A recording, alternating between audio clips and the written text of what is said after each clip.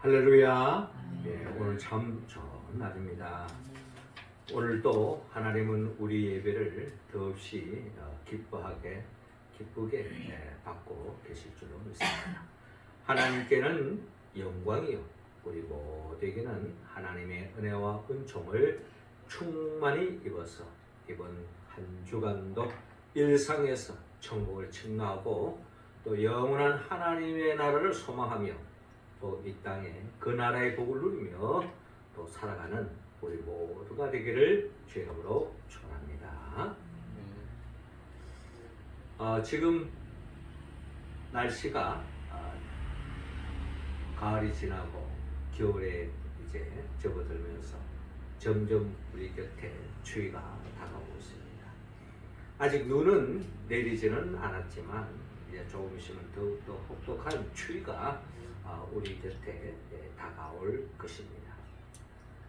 겨울이 오면 어떤 사람은 아주 그냥 여유있게 따뜻하게 또 즐기면서 이 겨울을 보내는 사람이 있는가 하면은 특별히 물질적으로 어려움이 있는 사람은 더없이 그 추위 속에 추위를 느끼면서 또 어려운 고달픈 겨울을 보내는 사람도 있다는 것입니다. 물질적인 관점에서 봤을 때 경제적인 여유가 있는 사람은 이런 추위 속에도 즐길 수 있지만 또 경제적인 어려움이 있는 사람은 이런 추위 속에서 또 더없이 걱정하고 또 고통의 시간을 보낼 수 없는 것이 겨울을 보내는 시간 속에 우리가 가질 수 있는 생각입니다. 이처럼 겨울을 맞이하고 또 겨울을 보낼 때에 사람마다 어떤 사람은 행복하고 어떤 사람은 또 슬퍼하는 그런 사람이 있듯이 주님이 재림하여 오실 때도 두 종류의 사람으로 나뉜다는 겁니다.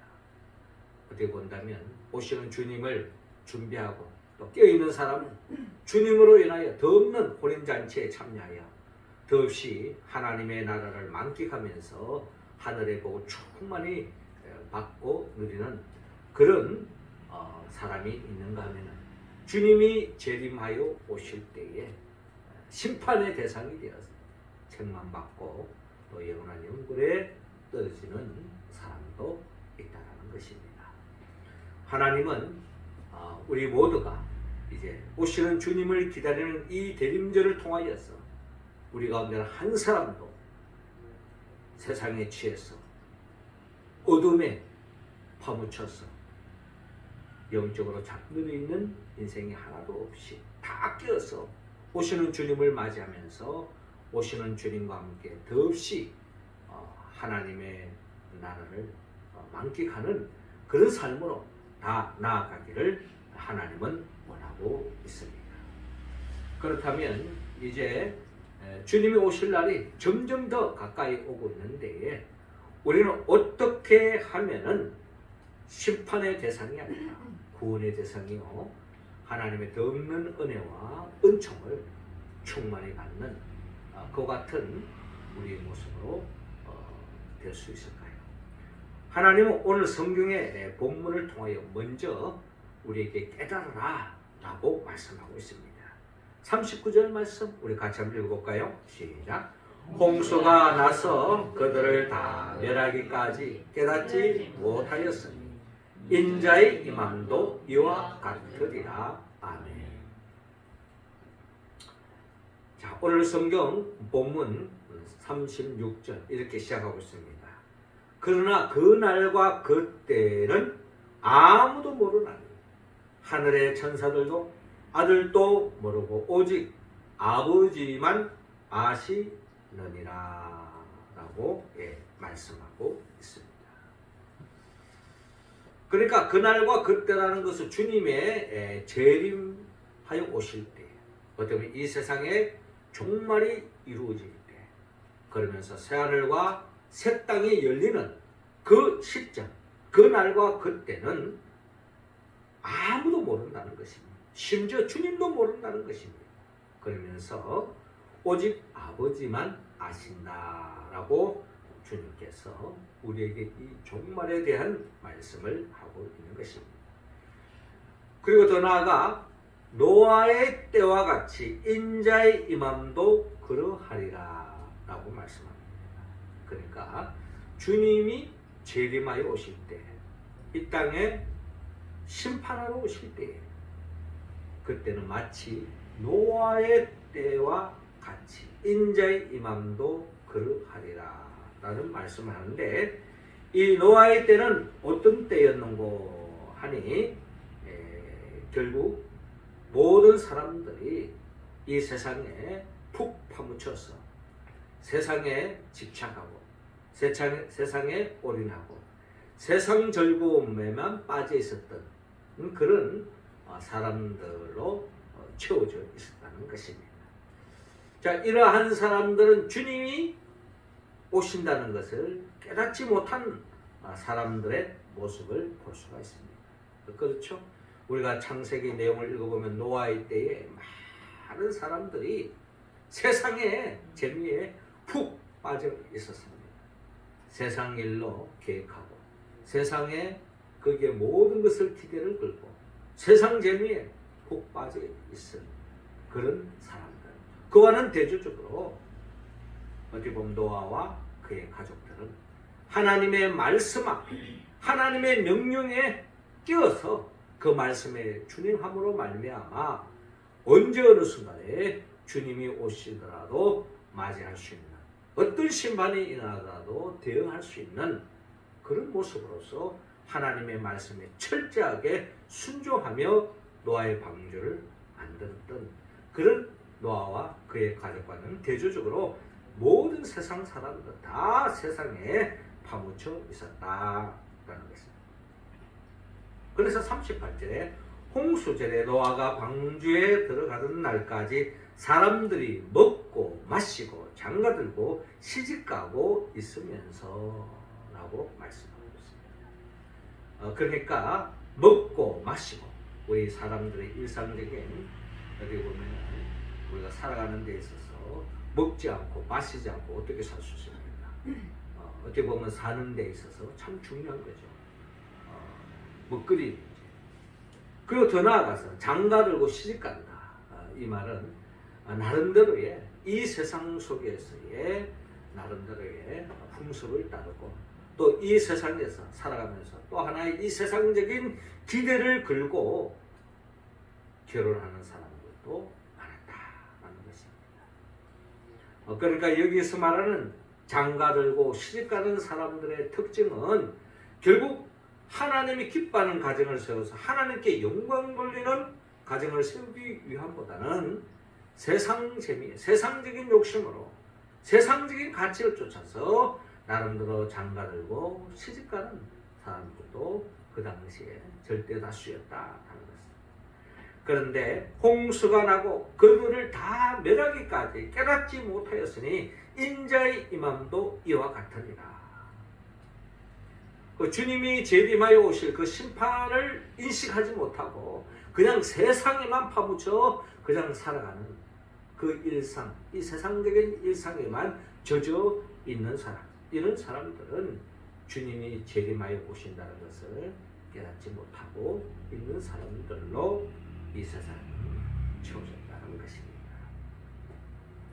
창세기 6장 5절에 보면은 여호와께서 사람의 죄악이 세상에 가득함과 그의 마음으로 생각하는 모든 계획이 항상 악할 뿐임을 보시고 땅 위에 사람 지으셨음을 한탄하사 마음에 근심하시고 이르시니 내가 창조한 사람을 내가 지면에서 쓸어버리되 사람으로부터 가축과 기는 것과 공중의 새까지 그리하리니 이는 내가 그것들을 지었음을 한탄함이니라 라고 말씀합니다. 이처럼 하나님이 한탄하는 이유가 뭡니까? 이 세상의 존재의 의미, 하나님이 인간을 창조한 목적, 그 목적을 깨닫지 못하고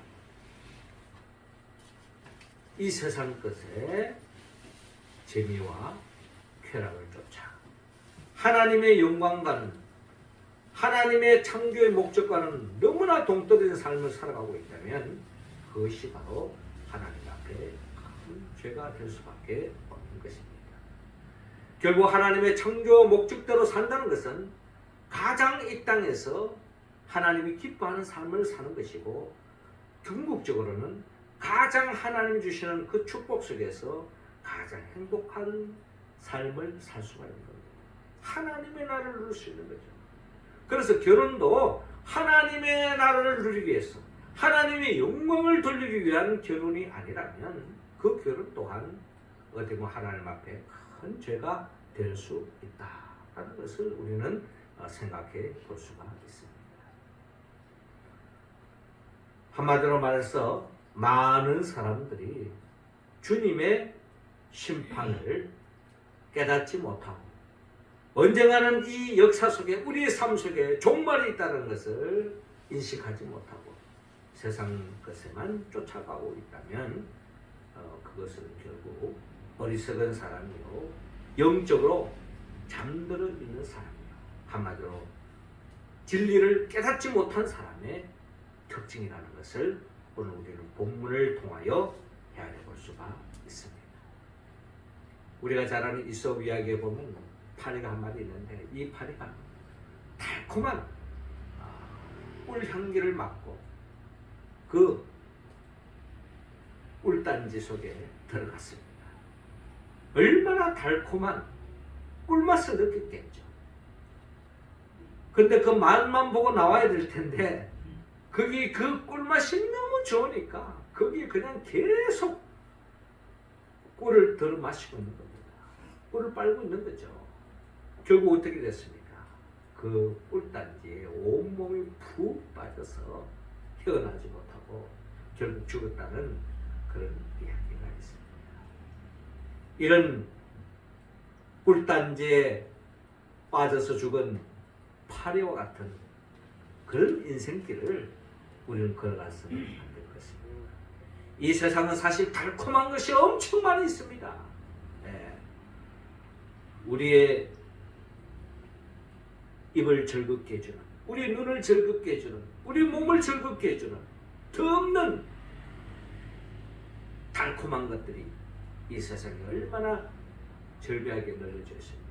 그게 우리가 푹 빠져버리고 하나님의 창조의 목적을 헤아리지 못하고 하나님의 뜻을 헤아리지 못하고 하나님께 영광 돌지 못한 사람은, 결국 하나님의 그 뜻을 깨닫지 못한 사람은 꿀단지에 파묻혀 죽은 파리와 같은 인생길로 나아갈 수밖에 없다라는 것입니다. 사랑하는 성도 여러분, 그렇습니다.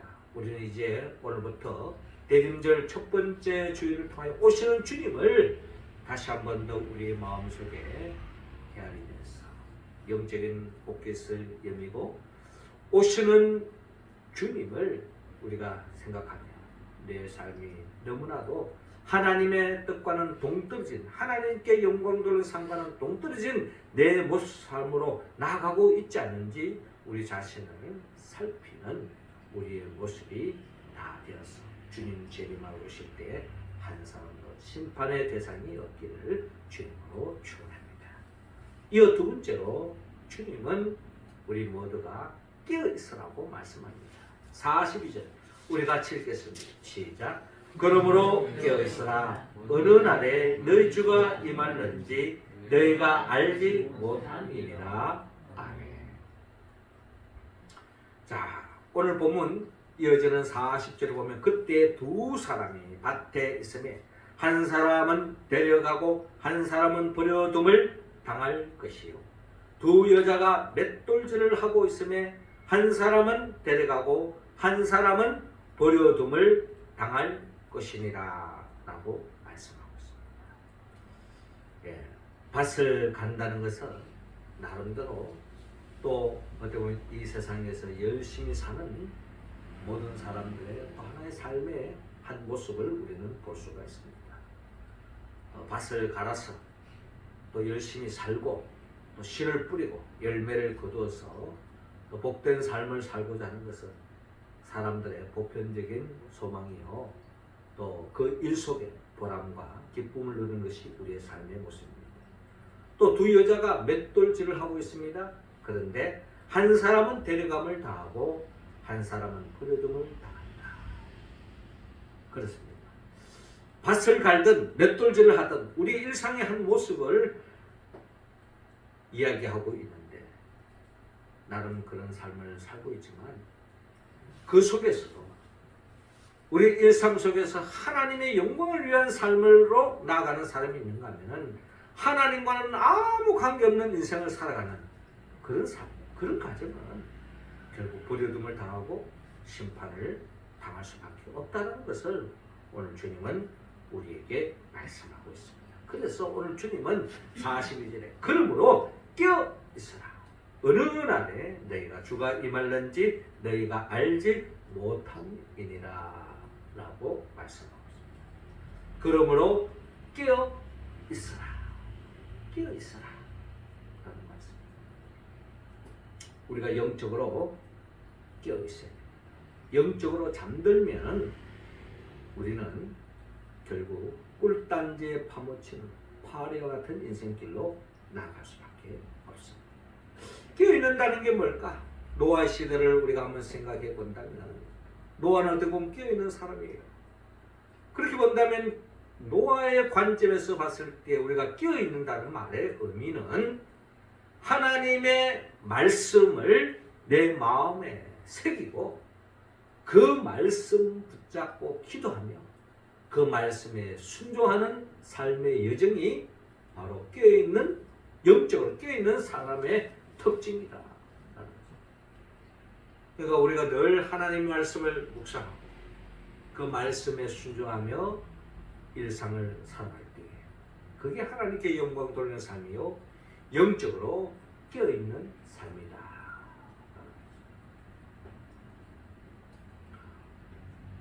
요번에 이제 제 딸이 결혼을 하게 되었어요. 하게 됐는데 여러 가지 이제 아직까지 사회가 완전히 인격적인 주님을 아직까지 영접했다고는 볼 수 없고 그래도 예수를 영접하고 예수를 믿겠다 그러고 그리고 이제 두 사람이 결혼하는데 요번에 주례를 맡은 목사님이 제 후배이지만 또 우리 장신대의 교수님이세요. 구약학 히브리 대학을 나왔는데 아주 그냥 엄청난 어찌 보면 고고하게 세계적인 교수요 학자라고 볼 수 있는 제가 후배이면서도 아주 존경하는 목사님이시자 교수님이세요. 어릴 때부터 이제 우리 자녀들과 또 교제가 있었기 때문에 또 그 목사님이 또 주례를 하고 했는데 그 목사님이 우리 딸이 찾아가서 좀 주례를 부탁을 했어요. 근데 조건이 있다 그랬어요. 그 조건 중에 하나가 내가 주례한 주례에서 세워진 그 가정은 반드시 매일 가정 예배를 드려야 된다. 그걸 약속하면 나는 주례를 서줄 것이요. 그걸 다짐하고 약속하지 않으면 나는 주례를 서지 않겠다. 이게 그 목사님의 주장이에요. 항상 그렇게 해왔으니까. 그래서 목사님을 이제 주례를 맡기고 하면은 또 나름대로 목사님에게 또 사례도 하고 이제 이런 게 이제 또 기본적인 예의 아닙니까? 나는 절대로 그런 거 받지 않는다. 그러나 단 한 가지 내게 와서 하나님에 대해서 3번 이상으로 와서 교육을 받고 매일 가정 예배를 드린다는 약속을 두 사람이 다짐하지 않으면 나는 주례를 서지 않겠다. 그래서 두 사람이 결단해서 가정 예배를 드리겠습니다. 해서 이번에 주례를 하고 믿음의 가정, 하나님께 영광 돌리는 가정으로 이제 출발하게 되었습니다. 어떻게 본다면 우리가 영적으로 깨어있는다는 것은 바로 이런 거 아닐까요? 하나님의 말씀 묵상하고 늘 일상 속에서 하나님께 영광 돌리고 하나님 앞에 기도하고 하나님의 기쁨을 위해서 살아간다면 그게 바로 영적으로 깨어있는 겁니다. 이 세상에 살고 있지만 내 맡은 일에 주님의 영광을 위해서 내가 내 직장을 성실히 다니고 내 가정을 살피고 내 일에 충실하고 내 몸을 잘 관리하고 열심히 살아간다면 그게 바로 영적으로 깨어있는 사람이요. 그런 사람은 결국 주님이 재림하여 오실 때에 심판의 대상이 아니라 칭찬받는 구원의 대상이 될 줄로 믿습니다. 우리가 잘 아는 그 어거스틴이 그가 진정한 하나님께 영광 돌리는 삶으로 나아가기에는 그의 어머니 모니카의 기도가 있은 걸 우리가 잘 알고 있습니다. 그런데 이 어거스틴은 오랫동안 어머니가 기도가 있었음에도 불구하고 세상에 빠져가지고 허랑방탕한 영적으로도 또 육적으로도 허랑방탕한 삶을 많이 살았습니다. 그랬던 그가 어느 날 하나님께서 성경을 펼쳐서 읽으라는 그 음성을 듣고 마침 성경을 쫙 펼쳤어요. 그때의 본문의 말씀이 로마서 13장 11절에서 14절의 말씀입니다. 11절에 또한 너희가 이 시기를 알거니와 자다가 깰 때가 벌써 되었으니 이는 이제 우리의 구원이 처음 믿을 때보다 가까웠습니다. 밤이 깊고 낮이 가까웠으니 그러므로 우리가 어둠의 일을 벗고 빛의 갑옷을 입자. 낮에와 같이 단정히 행하고 방탕하거나 술 취하지 말며 음란하거나 허세하지 말며 다투거나 시기하지 말고 오직 주 예수 그리스도로 옷 입고 정욕을 위하여 육신의 일을 도모하지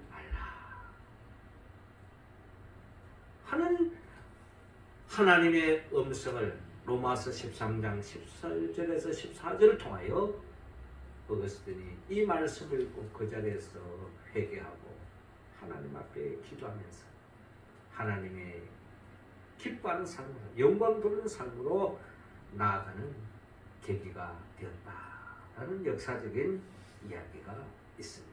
오랫동안 그 어머니의 그 기도가 이루어지는 순간이요.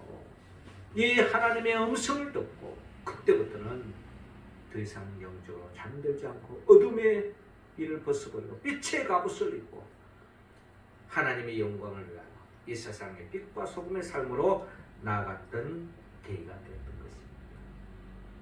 혹 우리 가운데 아직까지 영적으로 잠들고 있다면 우리는 깨어나야 합니다. 그리고 하나님이 기뻐하는 삶으로 나아가는 우리 모두가 되기를 주님은 원하고 있습니다. 그러므로 깨어있으라. 어느 날에 너희 주가 임할는지 너희가 알지 못합니다. 그래서 언제 주님이 오실지 아무도 모릅니다. 그렇다고 해서 늘 그냥 눈 뜨고 조마조마하고 그냥 불안에 떨고 있는 이런 삶 또한 주님이 원하지 않을 것입니다. 이번 주간에 주신 말씀, 매일매일 하나님 내게 주시는 그 말씀 붙잡고 기도, 그 말씀에 내 힘으로는 온전히 그 말씀에 응답할 수 없지만 성령의 도우심, 그 말씀을 이루게 하여 빛의 갑옷을 입고 빛을 바라면서 빛을 선포하면서 하나님이 기뻐하는 빛된 삶, 이게 바로 어거스틴이 살았던 삶이요, 믿음의 선배들이 살았던 삶이요, 또 우리가 살아야 할 삶, 이런 삶으로 나아갈 때에 주님이 언제 어느 순간에 주님이 오시더라도 우리는 더 이상 이로 인하여 불안할 필요도 없고 주의 말씀 붙잡고 믿음의 길을 걸어가서 주님 재림하여 오시는 그날에 칭찬받는 우리 모두가 되기를 주의 이름으로 축원합니다. 마지막 세 번째로 주님은 오늘 본문 44절을 통하여 예비하고 있으라고 말씀합니다. 44절 우리 같이 읽겠습니다. 시작. 이러므로 너희도 준비하고 있으라. 생각하지 않을 때에 인자가 오리라. 이어지는 43절에 너희도 아는 바니 만일 집주인이 도둑이 어느 시각에 올 줄을 알았더라면 깨어있어 그 집을 뚫지 못하게 하였습니다. 이러므로 너희도 준비하고 있으라. 생각하지 않을 때에 인자가 오리라 라고 주님께서 우리에게 말씀하고 있습니다. 그렇습니다. 주님이 재림하여 오실 때에 마치 도적이 임하여 오는 것 같이 주님이 오신다고 오늘 본문 43절에 말씀하고 있습니다. 도둑질하는 도둑놈이 도둑질할 때 미리 제가 오늘 밤에 이 집 도둑질하러 갈 겁니다 라고 알려주는 도둑은 없을 것입니다. 이처럼 주님의 재림도 언제 올지 아무도 모른다는 겁니다. 언제 온다고 미리 딱 정해져 있으면 그때까지 그냥 세상에 빠져서 세상 재미 다 보고 개판으로 살다가 그날 그냥 단정히 깨어진다면, 그렇게 구원받는다면 그것은 진리와는 너무나도 동떨어진 생각일 것입니다. 언제 어느 순간에 올지 모른다는 말의 의미는 우리를 초조하게 하고 불안하게 하고 그렇게 하기 위함이 아니라 언제 어느 순간에 올 줄 모른다는 이 이야기 속에는 주님은 우리의 일상을 정말 소중히 여긴다는 것을 우리는 본문을 통하여 알볼 수가 있습니다. 일상 속에서 주님은 준비하고 있으라. 생각지 않을 때에 인자가 오리라. 그 일상 속에서 매 순간순간 삶의 자리에서 주님을 생각하고 주님 앞에서 부끄럽는 빛의 자녀로서의 삶을 살아간다면 그것이 바로 깨어있는 삶이요, 깨달은 삶이요, 준비하고 있는 삶의 모습이다 라고 우리는 해낼 수가 있습니다. 그렇죠. 우리는 이 재림을 생각할 때마다 늘 노아를 놓칠 수 없습니다.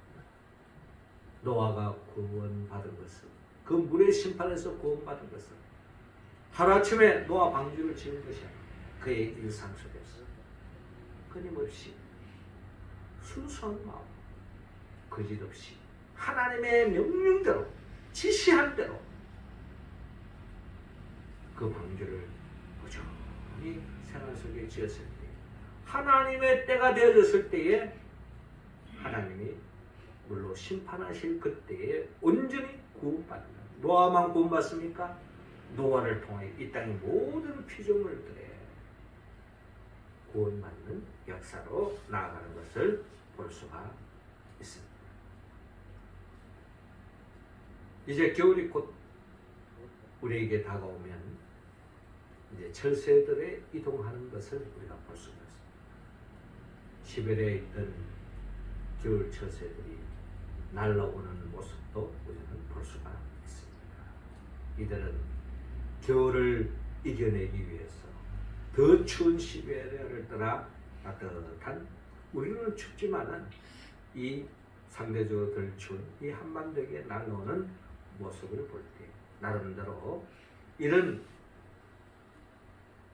동물들도 혹독한 겨울을 이기기 위해서 나름대로 따뜻한 이 남쪽 한반도로 날아오는 그 모습 또한 깨어있는 삶의 모습이요, 또 다가오는 종말을 준비하는, 겨울을 준비하는 또 하나의 모습일 것입니다. 주님의 재림때도 그렇습니다.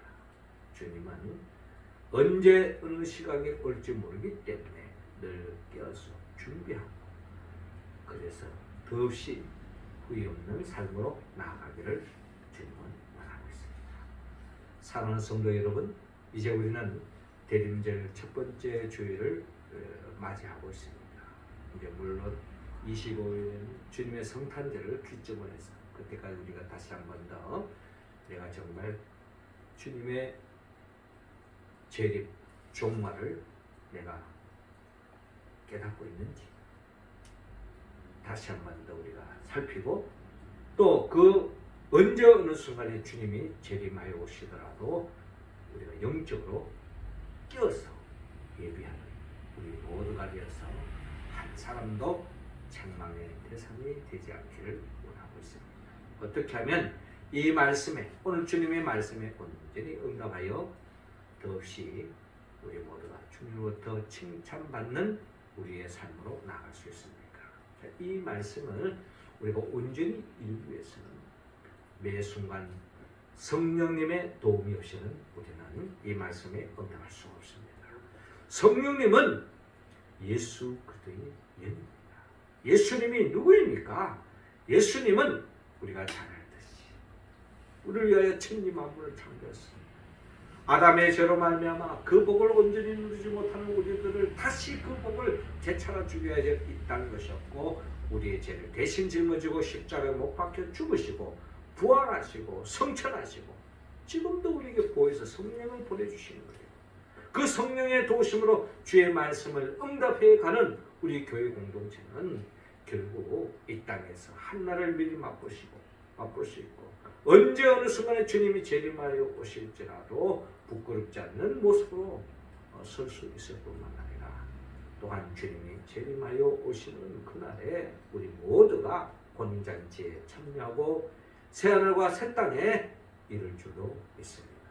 이 복을 안겨주신 예수 그리스도, 그분의 영 보혜사 성령의 충만함을 받았사 종말이 있다는 것, 재림의 때가 있다는 것을 깨닫고 깨어서 준비하는 우리 모두가 되기를 주의 이름으로 축원합니다. 기도하겠습니다.